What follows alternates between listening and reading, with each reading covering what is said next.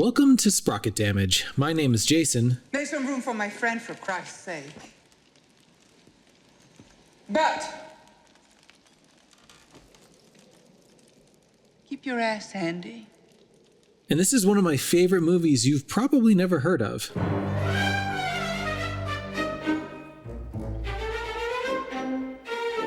So I've always felt like Robert Zemeckis is a director that doesn't get the praise he deserves, particularly these days. Understandably, that could just be because the films he's done more recently, while not terrible, just don't have the same impact they used to. Films like Flight, Welcome to Marwen, and Pinocchio maybe don't get anybody excited, but this is the mind behind Polar Express, Castaway, Who Framed Roger Rabbit, and of course... Are you telling me that you built a time machine? Out of a DeLorean? The way I see it, if you're gonna build a time machine into a car, why not do it with some style? To say Robert Zemeckis' career has been unbalanced is like saying the Titanic had a bit of a leak in it. But as much as his earlier work gets a ton of warranted praise, Death Becomes Her tends to be overlooked. Well, one day I'm in the hardware store and I think to myself, hey, what about mannequin paint? It's got its own chemical adhesive. Comes in an incredible variety of flesh. Excuse me. So Zemeckis was riding high at this point in his career. Death Becomes Her came out in 1992, right in between Back to the Future Part 3 and Forrest Gump. In this film, we follow two frenemies for life as they go behind each other's backs to destroy the other's life, mostly focused on stealing a man who's caught in the middle of it all, until finally they hit a breaking point and outright decide that murder is the best course of action. Here's the thing, I'm gonna give a spoiler warning right here. Now a warning.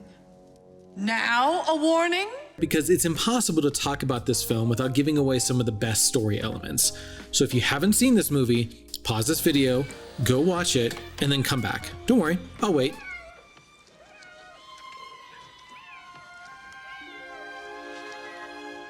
Okay, so the two have decided to kill each other. On guard. But it just so happens that each has secretly taken a rejuvenation potion that conveniently has the side effect of making them each immortal. It's a miracle! A strong underlying theme with this film focuses on the fear of aging and, of course, unrealistic beauty standards set by Hollywood.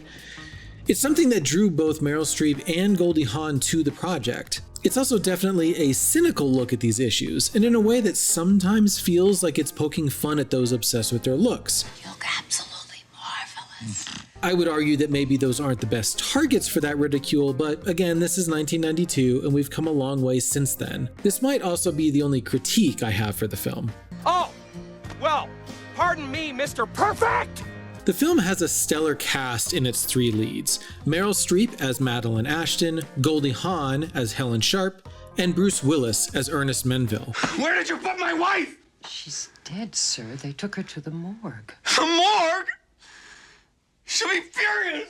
While Meryl Streep at this time had her most notable roles attributed to serious dramas such as Sophie's Choice, Out of Africa, and Kramer vs. Kramer, Du kannst eins von den Kindern behalten.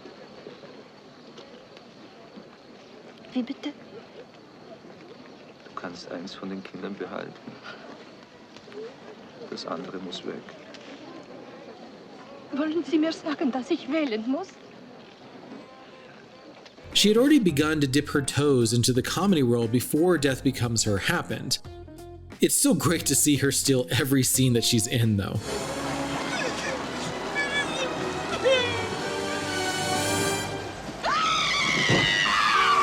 That's not to downplay the perfect performances by Goldie Hawn and Bruce Willis. Hawn was a comedy legend of the 80s and works amazingly well opposite Streep. Then how come you never once invited me to one of those parties at your parents' house? Because we didn't think you'd feel comfortable. And it wasn't usual for... Stop that! I'm trying. It wasn't usual for us to have... Yeah.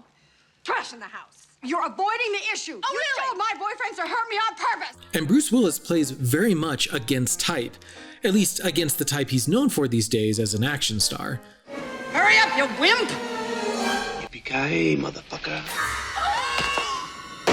He does a great job as a mild-mannered, jaded shell of a man who's just trying to keep up with the unhinged women in his life. Rose! Oh, it's you. Fine, dear. Thank you. Like a rock. You're dressed. Special occasion. Work. Cool. These three play off of each other in perfect unison, making the film continuously engaging and hilarious. But I would be remiss if I didn't take note of two maybe less obvious strengths this film showcases. Is this an angel I see before me? Dr. Manful, you're so cute. Not you, Rose. The first, and maybe more obvious, is the visual effects. Now, yes, I know these effects don't have the fidelity that we've come to expect these days, but keep in mind that this is 1992, right in between Terminator 2 and Jurassic Park, those two representing the height of what was possible at the time.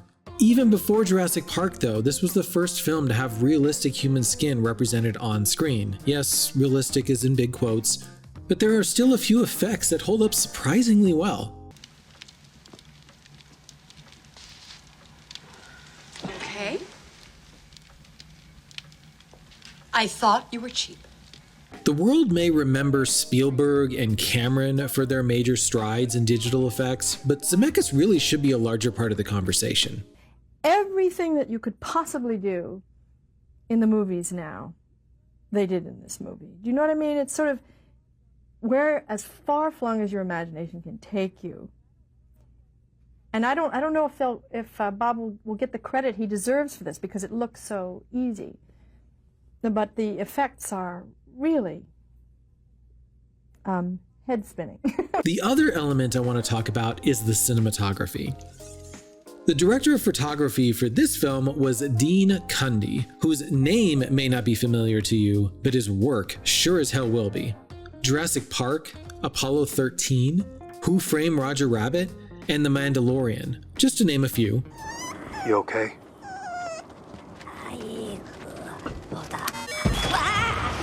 Cundey approached Death Becomes Her in an interesting way. So, comedy relies heavily on timing, something you probably notice when you think of the perfect comeback. But it's not until the next day, so you know it won't land anymore. Well, the jerk store called. They're running out of you. Typically, comedies utilize a lot of editing to help punch up the timing, even if the comedians on screen know what they're doing. Cundey and Zemeckis, however, chose to include an astonishing number of long takes for most of this film. A bold and risky move, but I have to say it really paid off. Not only does the effect make for a beautiful film that doesn't feel chaotic, but it also allows the performances to really shine on their own. When you have got writing that is so good and you've got actors that are so good, that to impose editing by just the virtue of how you would set up a scene, like say if you set it up to be over the shoulders, you would have to edit to do the scene, and so then you're imposing an element that doesn't necessarily have to be there. Okay, so sneak in one more final thing I want to bring up here, and that's the soundtrack, helmed by legendary composer Alan Silvestri, the mind behind Back to the Future, Tales from the Crypt, The Avengers, and most importantly,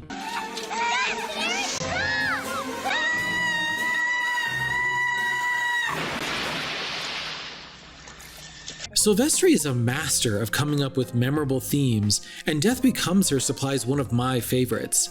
It's perfectly balanced between dark and energetic in a way that mirrors the film exactly.